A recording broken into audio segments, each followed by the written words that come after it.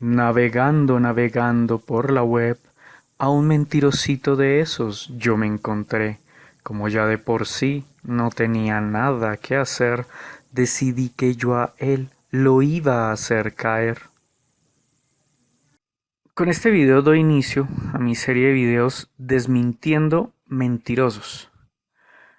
Hay un montón de tipos queriéndonos llenar la cabeza de puras patrañas. Para el caso de hoy, me encontré a un tal hermano Miguel Dimont, que nos quiere convencer sobre la obviedad de la evidencia de Dios. Grabé este video directamente de la pantalla para que se note que no lo edito, no lo corto, tampoco descontextualizo nada en su video. Solo voy a dar a la pausa, doy mis comentarios y vuelvo y le doy play. También se puede ver el canal donde encontré el video, la cantidad de suscriptores que tiene este canal y la cantidad de visualizaciones que tiene el video, que de por sí me parecen muy injustas con mi canal. Comencemos. En las últimas décadas, los científicos por el mundo han realizado descubrimientos que claramente muestran que un diseñador inteligente es el responsable de la creación del universo. Muchos creen que todo el universo comenzó a existir de la nada por casualidad, pero si se piensa en ello, la nada no pudo traer a la existencia al universo porque la nada nada produce. Todo lo que empieza a existir debe tener una causa. Primer argumento.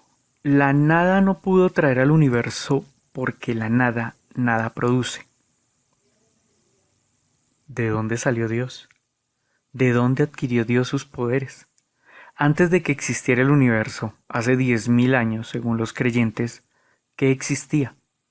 Solo estaba Dios, según entiendo, y nada más. Entonces, ¿Dios de dónde sacó la energía? ¿Qué fue lo que tomó y lo convirtió en materia? ¿Qué modeló para armar el espacio?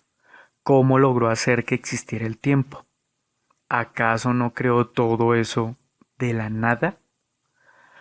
Lo que las teorías físicas de la creación del universo afirman hoy en día es que el universo no se creó de nada o como consecuencia de la interacción de nada que se encuentre dentro de él.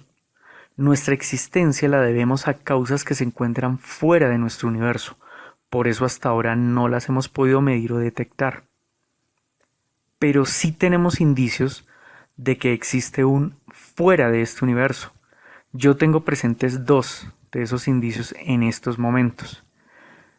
Si tomas dos o más partículas y les realizas entrelazamiento cuántico, eso sí, no me preguntes cómo, no tengo idea de cómo se hace eso, y tomas cada una de estas partículas y las arrojas a cada extremo de nuestra galaxia, cuando modifiques una, las demás partículas entrelazadas se afectarán de forma instantánea. Como la relatividad de Einstein nos dice que nada viaja más rápido que la luz dentro de nuestro universo, lo que nos puede dar indicios de que la información entre las partículas viaja fuera de nuestro universo o, si lo prefieres, por otra dimensión. Otro indicio que tenemos nos lo entrega la física cuántica, la cual había predicho que en el vacío absoluto, de forma eventual, se creaban de la nada materia y antimateria, las cuales se aniquilaban muy rápidamente. Esto dio a Stephen Hawking plantear su teoría de la radiación de Hawking en los agujeros negros, la cual ya está siendo demostrada. Pero, ¿qué causa esta aparición mágica de materia? Las causas probablemente estén fuera de este universo o en otra dimensión, como prefieras tomarlo. Pero los creyentes afirman que es más razonable pensar en un ser eterno, omnisapiente, omnipoderoso, omnipresente, que hizo todo de la nada porque así lo quiso, en vez de pensar que las causas están ocultas a nuestra percepción. Por ahora, espero.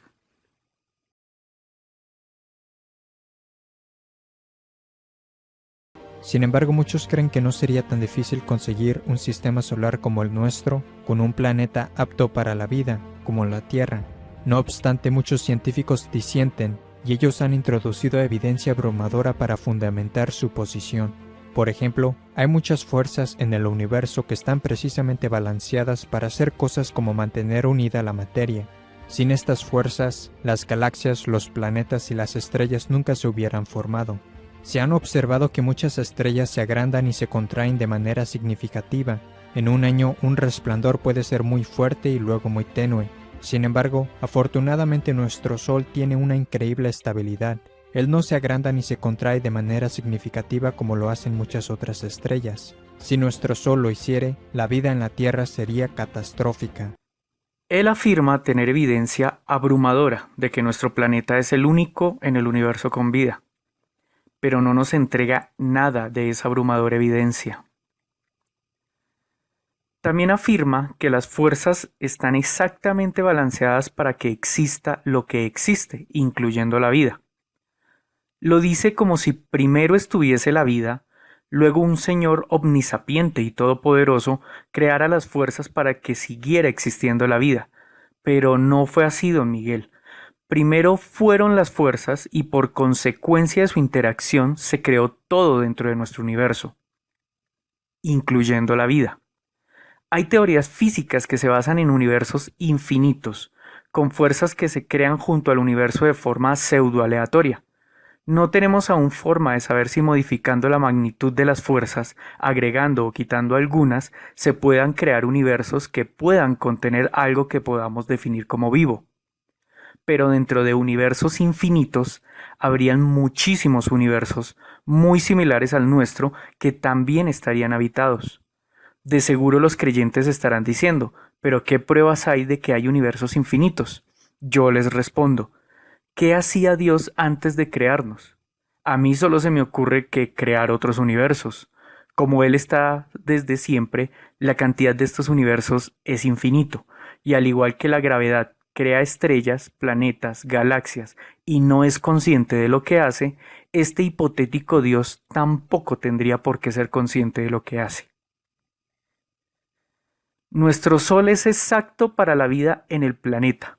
De nuevo afirma que primero estuvo la vida y luego la estrella, creada por Don Dios Todopoderoso, pero veamos un poco de números.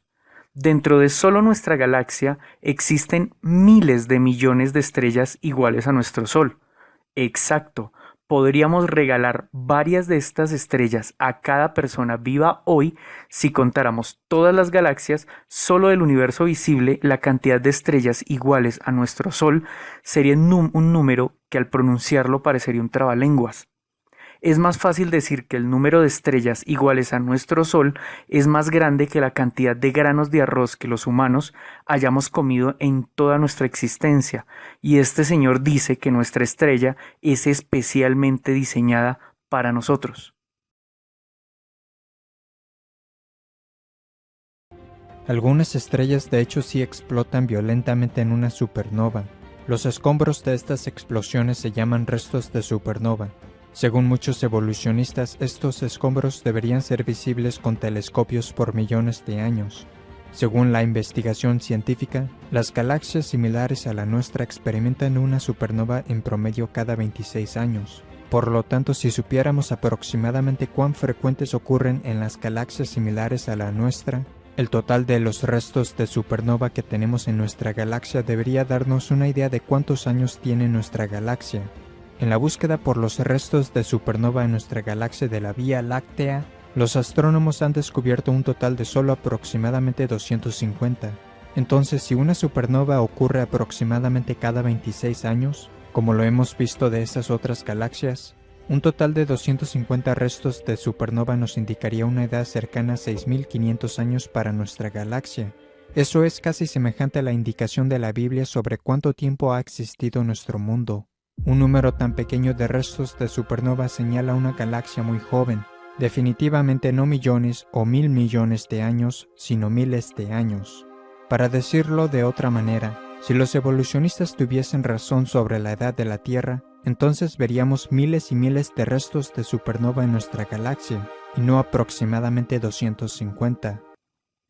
Según evolucionistas, dice el señor Miguel, ¿cómo le hago entender a estos creyentes que la teoría de la evolución solo intenta explicar cómo aparecieron todas las especies de nuestro planeta, menos una, la primera? Para el origen de la vida hay otras teorías. Y para el origen del universo, una cuestión por lo pronto muy diferente, también hay otras teorías muy diferentes. Don Miguel dice, los restos de supernova se ven por millones de años. En eso tiene toda la razón, señor Miguel.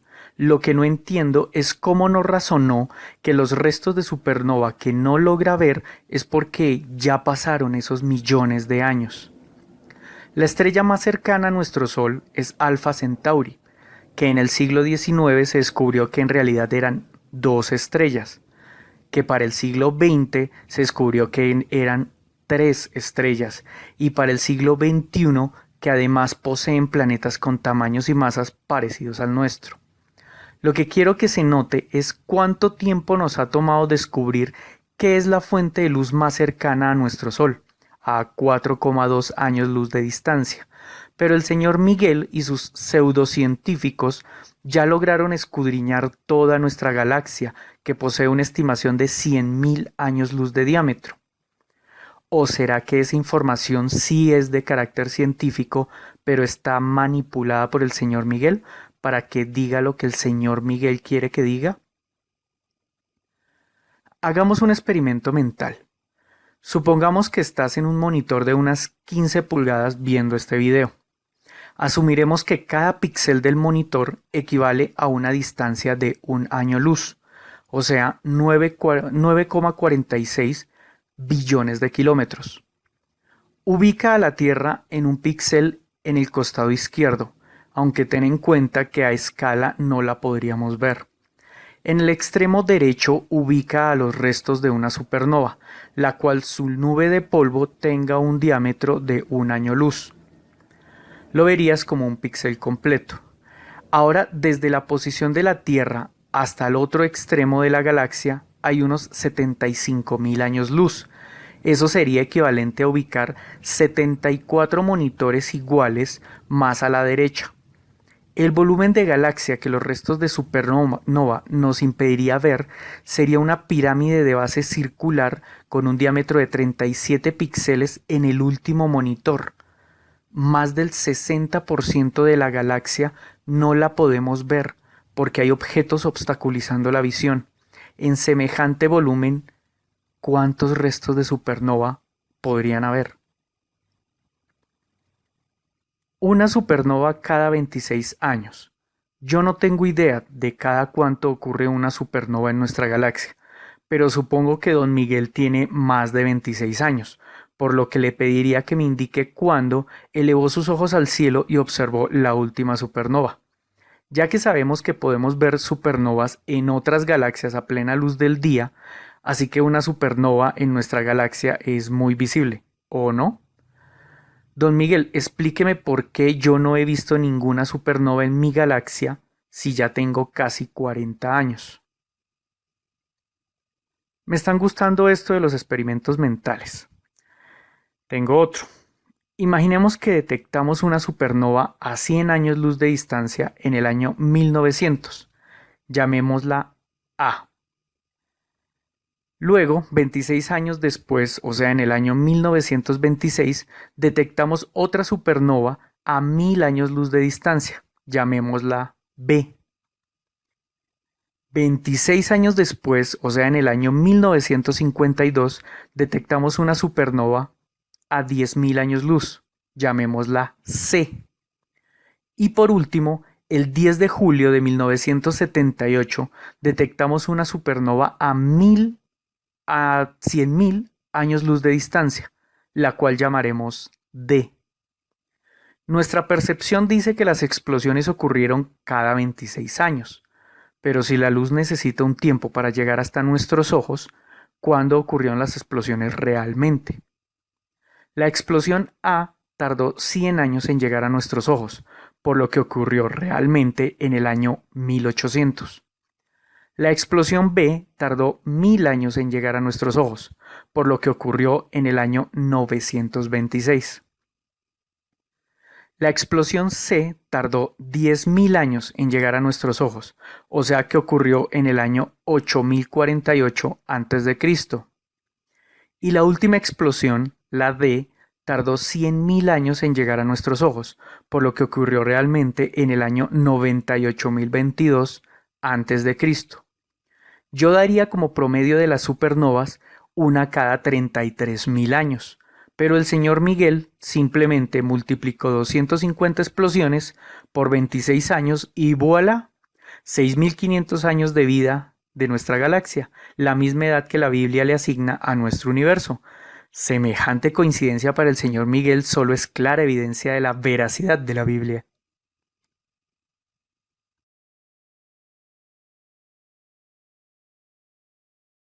Para que podamos existir en la Tierra, nuestro Sol debía ser una estrella con la masa exacta y temperatura correcta, ni muy caliente ni muy fría. Nuestro Sol genera una cantidad perfecta de energía para la vida en la Tierra. El Sol libera más energía en un segundo que lo que la humanidad haya producido en toda su historia. Si pudiéramos sentir una baja de la energía del Sol por tan solo un pequeño porcentaje, todos los océanos se congelarían. La Tierra está a la distancia correcta del Sol. Si la Tierra estuviera un poco más cerca al Sol o un poco más alejada, o sería demasiado caliente o demasiado fría para que la vida exista. Además, el tamaño de la Tierra es correcto, ni muy grande ni muy pequeña. También afortunadamente tenemos la Luna de un tamaño correcto, la principal responsable para regular las mareas de la Tierra. Estos son solo unos pocos ejemplos de una lista larga de factores que necesitan ser justamente los correctos, ambos a nivel cósmico y a nivel local de la Tierra, para tener una Tierra que pueda sustentar la vida. En muchos casos, si se alteran incluso levemente estos factores precisamente equilibrados, la vida sería imposible en la Tierra. Nuestro Sol no tiene la masa exacta y la temperatura correcta para nosotros. Fuimos nosotros los que nos desarrollamos adaptándonos a esa energía y a esa masa. Nuestro planeta se aproxima y se aleja del Sol durante su órbita de un año unos 5 millones de kilómetros, que equivale a más o menos el 3% de la distancia total. ¿Eso para el señor Miguel es mucho o poco? No me queda claro. ¿Cómo definir qué es caliente y qué es frío para la vida?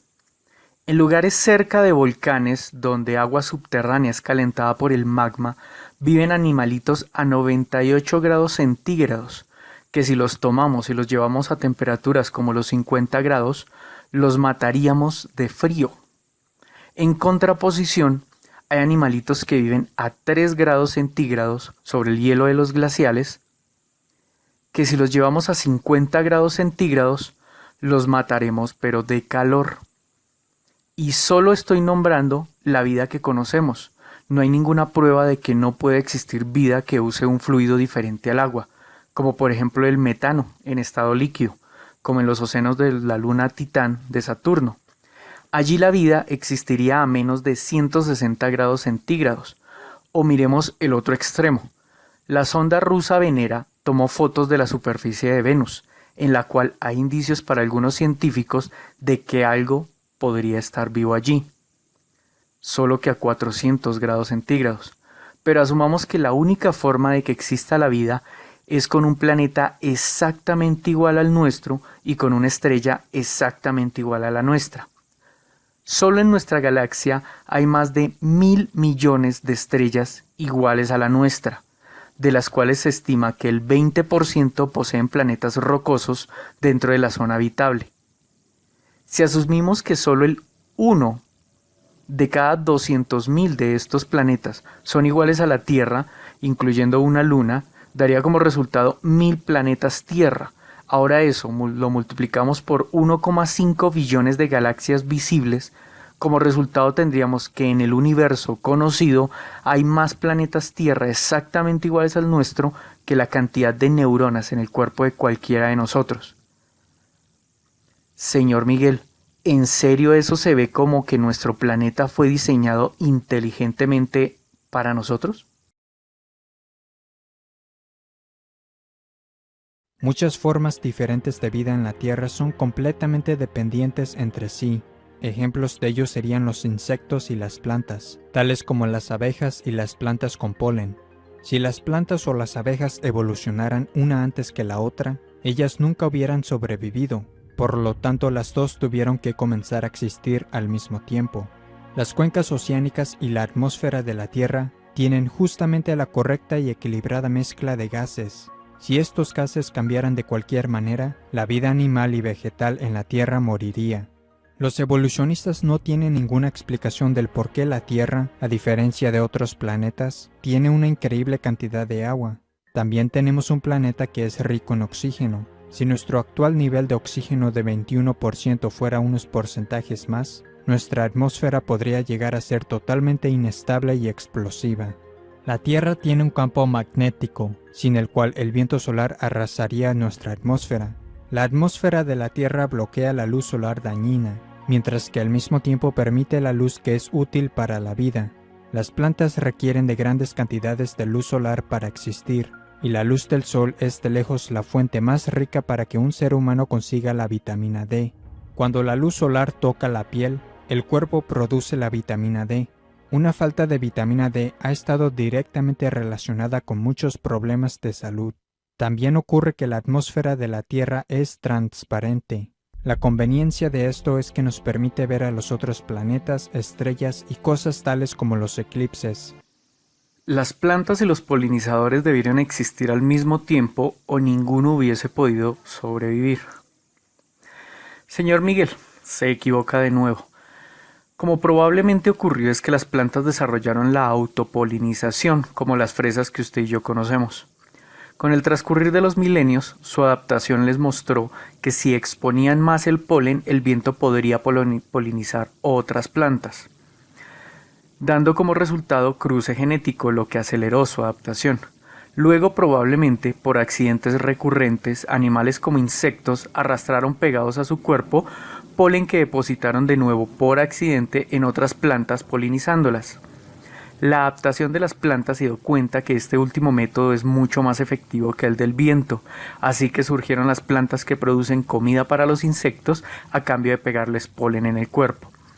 Con respecto al ejemplo de las plantas y los polinizadores, que tienen una relación de tipo simbiótica, lo que significa que las dos especies se ven beneficiadas. Hay otra relación que me parece más interesante en el contexto en el cual estamos hablando. Me refiero a la relación parásita.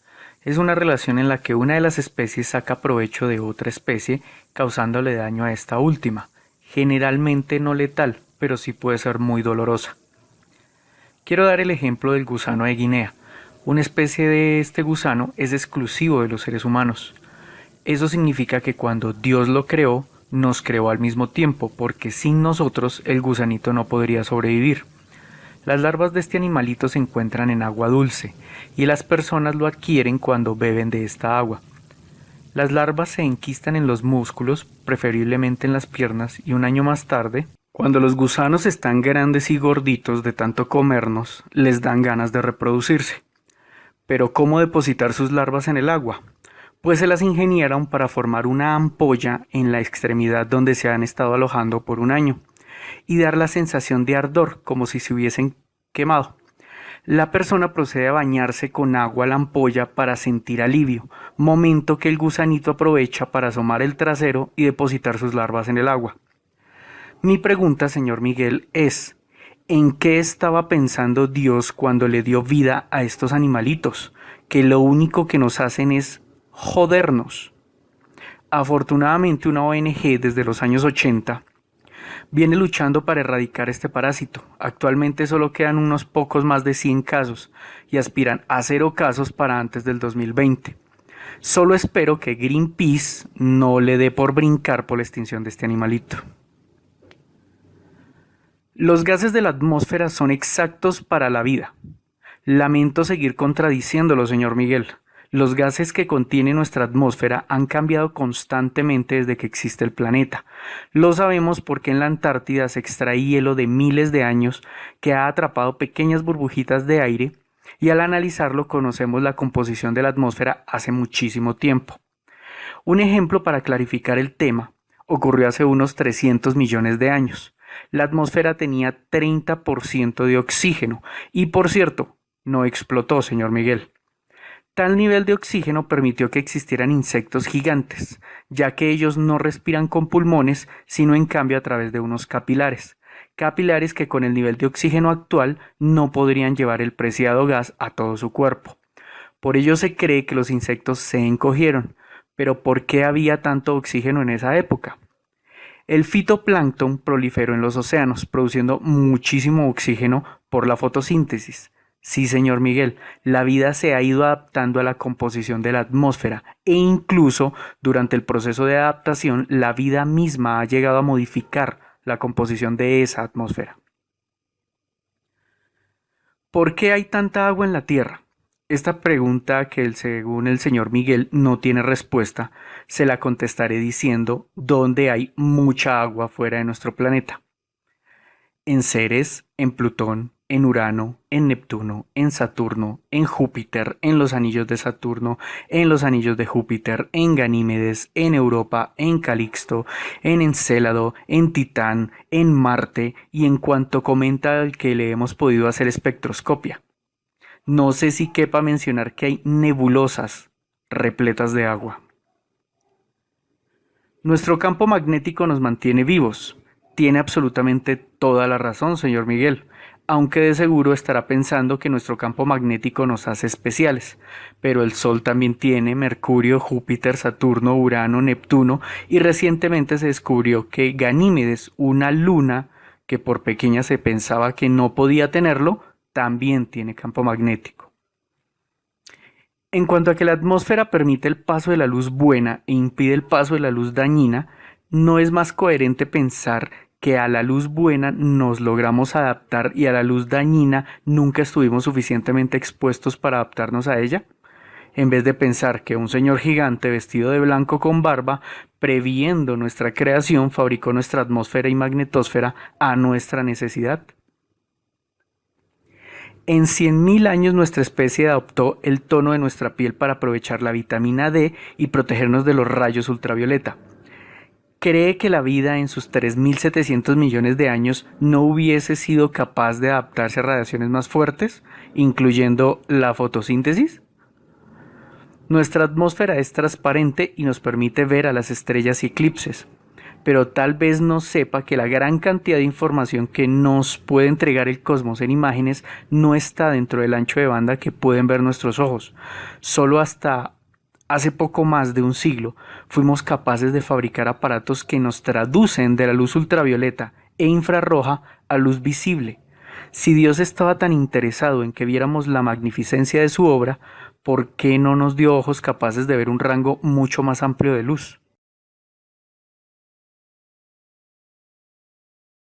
Un eclipse solar total solo es posible porque el Sol es 400 veces más grande que la Luna y está aproximadamente 400 veces más lejos de la Tierra.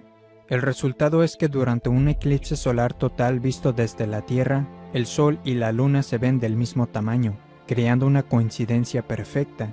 Y a estos eclipses totales de Sol se debe el que hayamos podido hacer descubrimientos científicos que de otro modo nunca se podrían haber hecho. Los evolucionistas creen que el Sol, la Tierra y la Luna se formaron cuando nuestro sistema solar empezó a existir aproximadamente hace 4,5 mil millones de años, pero cada año la Luna se está alejando más y más de la Tierra, por lo que si la Luna estuviese demasiado lejos o muy cerca de la Tierra, en el momento en que los humanos existieron, los observadores en la Tierra nunca hubieran visto el evento de un eclipse total de Sol.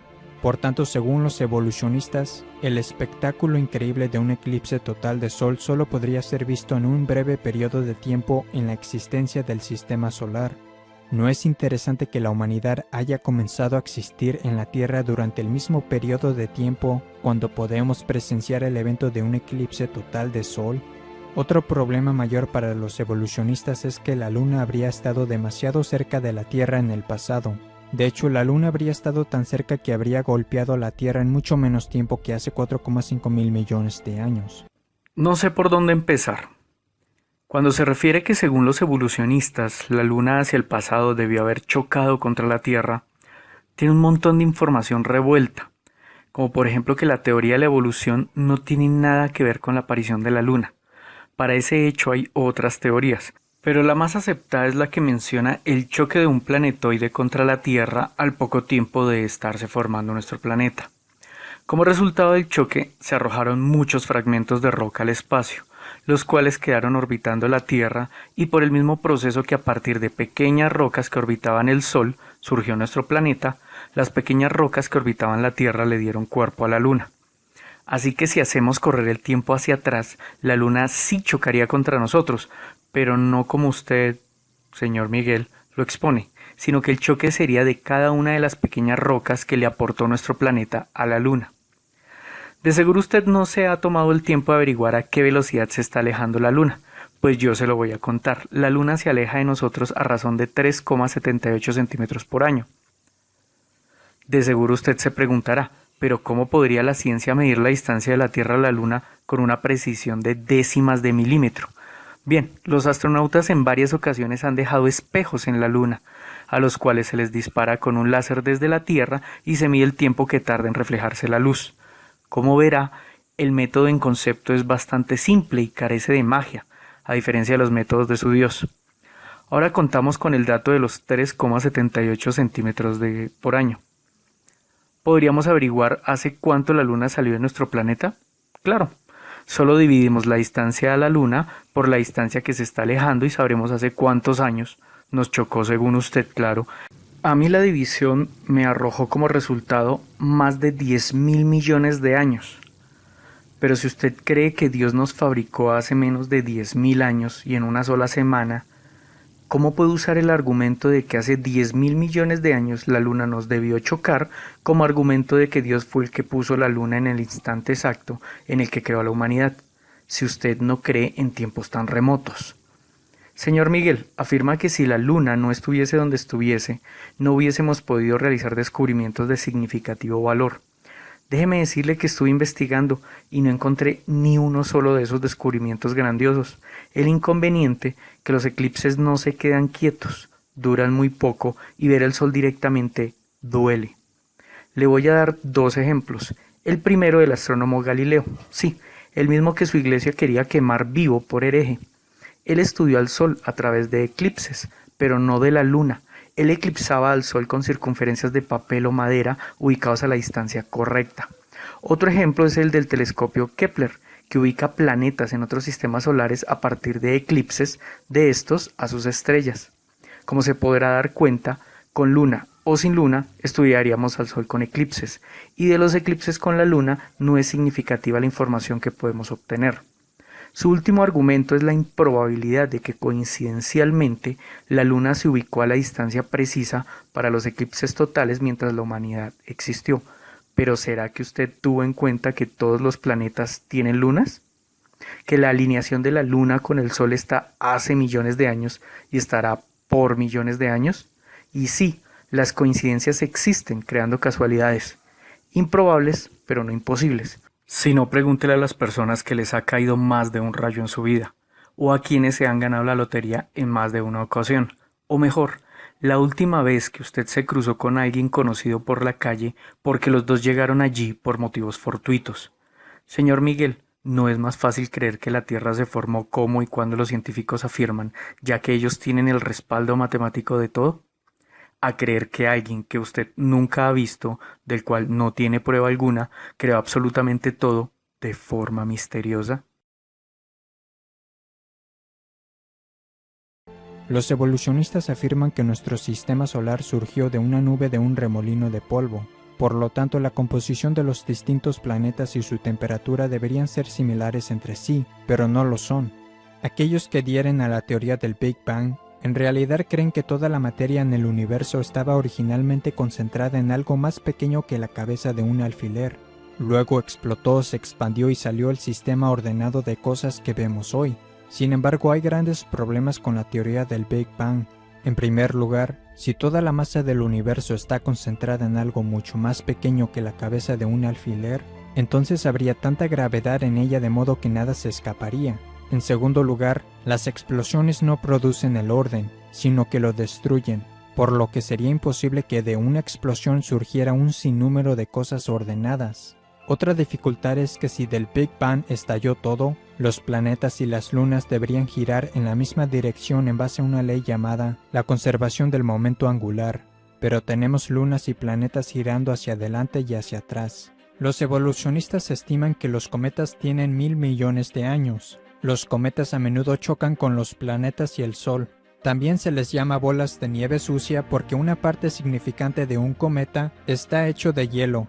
Cuando los cometas viajan en el espacio y se mueven más cerca al Sol, ellos van perdiendo masa a la vez que se van quemando por el Sol. Por tanto, los cometas solo podrían durar quizás unos 10.000 años antes de que todos ellos se quemen. Afirmación del señor Miguel.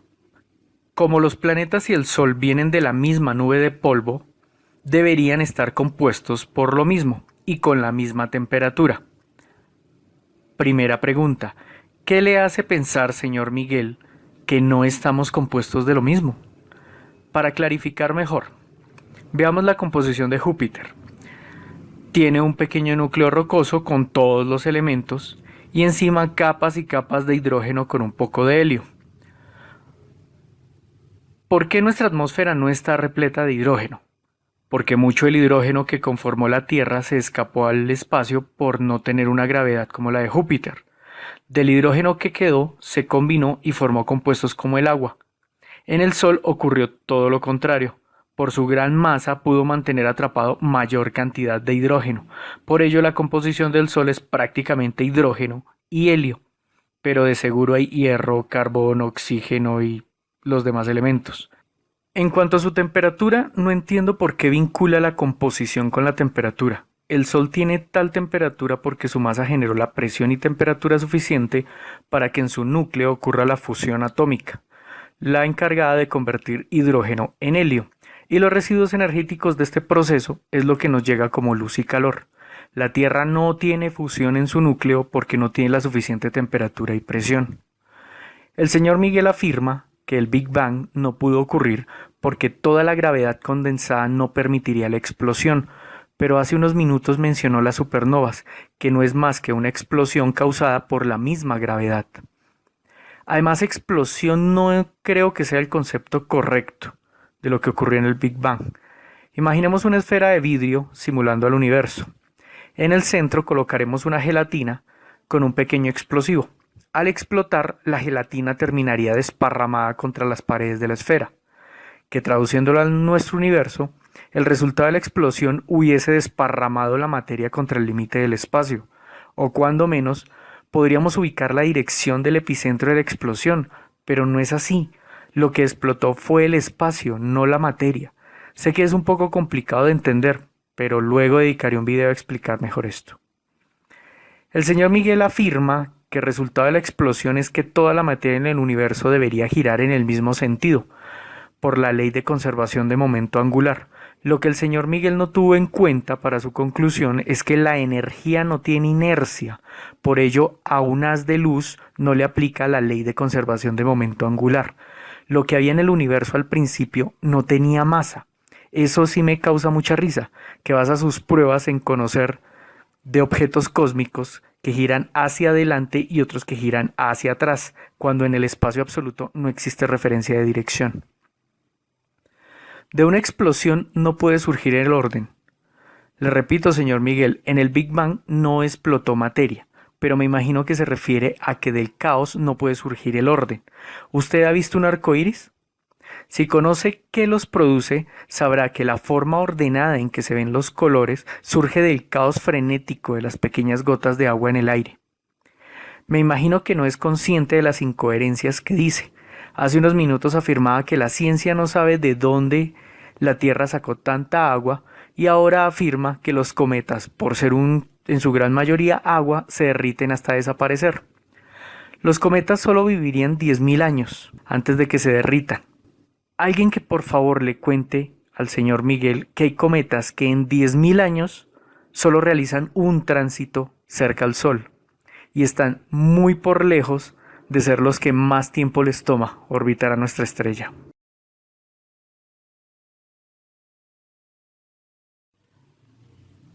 Bueno, pensé que este análisis iba a ser más rápido, pero este señor Miguel dice muchísimas mentiras. Así que dejaré este video hasta aquí. Recuerde, suscríbase para enterarse de cuando subo la segunda parte, compartan y participen. Gracias por visitar mi canal y hasta el próximo video.